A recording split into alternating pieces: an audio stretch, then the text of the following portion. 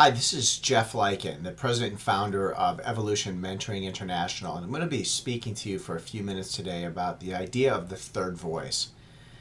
When our children are born, they depend entirely upon us. We are the sole voice in their life. We are the source of all the guidance, and essentially our opinions become their opinions. And we all know as parents that by the time they get to be about 2 years old, forget it. They've already started to form their own opinions. And by the time you send them off to nursery school or the early school years, you begin to see this influence of the other children and the other families around them. You begin hearing things and wondering, like, where did they learn that from? Or noticing behaviors and say, where did they learn that from? Because we certainly didn't teach it.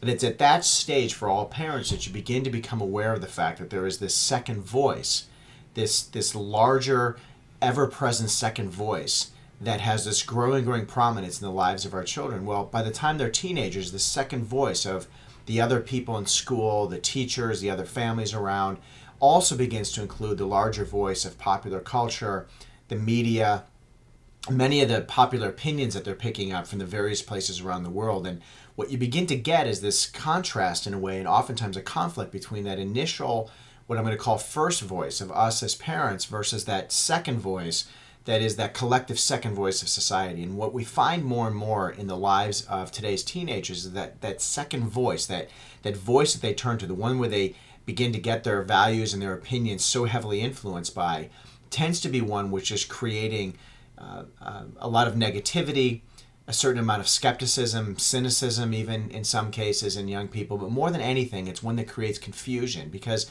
how do they justify this versus this? Well, I'll give you an example of this.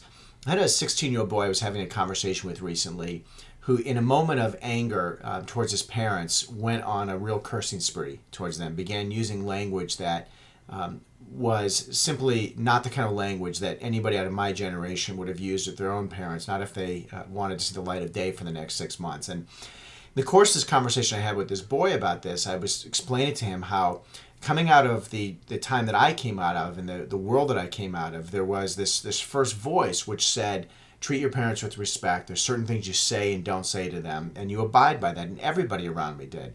And the second voice that was the most present and prevalent second voice was also one that reflected back this first voice. So for me, there was this unified thing that said, treat elders with respect. Whether you agree with them or disagree with them, there's certain language you don't use. By virtue of the fact that they're older than us, they take care of us, they brought us in the world, you treat them with respect. Well, this boy is saying to me, in his second voice that he listens to, which happens to be a lot of the music that he listens to, the rap, the hip-hop music, the popular culture, the videos that he watches, and of course a lot of the behavior of his friends, over here they all say, to hell with these people. We don't need to respect them. If they don't respect us, we don't have to respect them.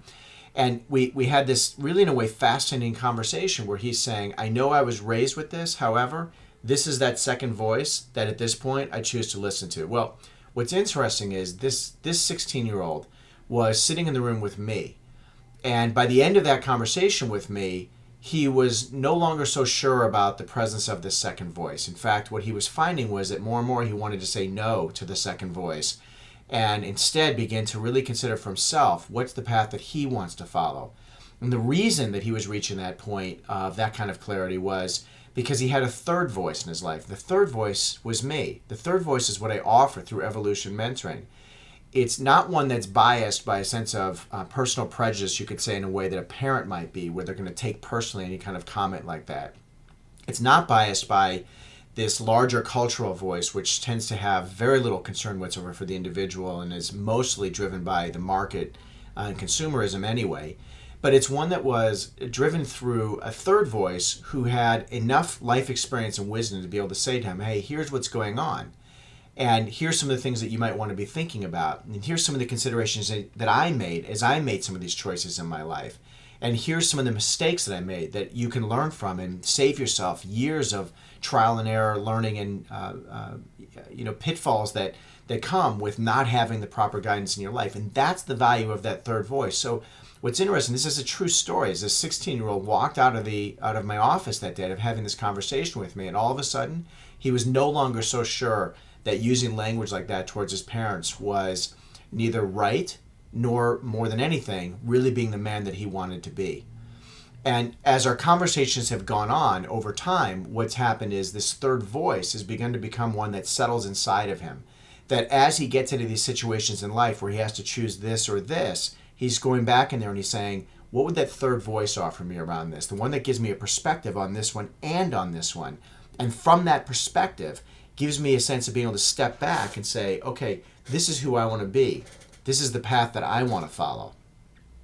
Over the course of the next few months, I'm going to be giving a number of examples of the third voice of evolution mentoring. This is really, to me, an absolutely critical piece that so many young people in today's world are not getting.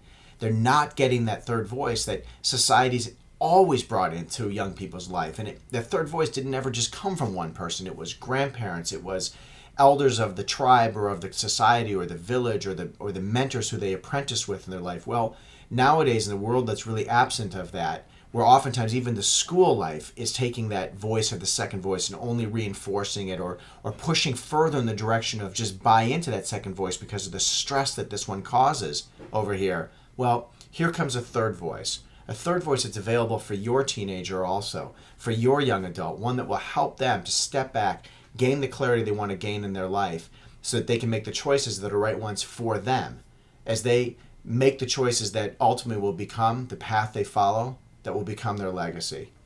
Hope you found this one interesting, and I'll be giving you a number more in the upcoming days. Most of them will be much briefer than this, but wanted to give this little introduction today. Thanks for your time.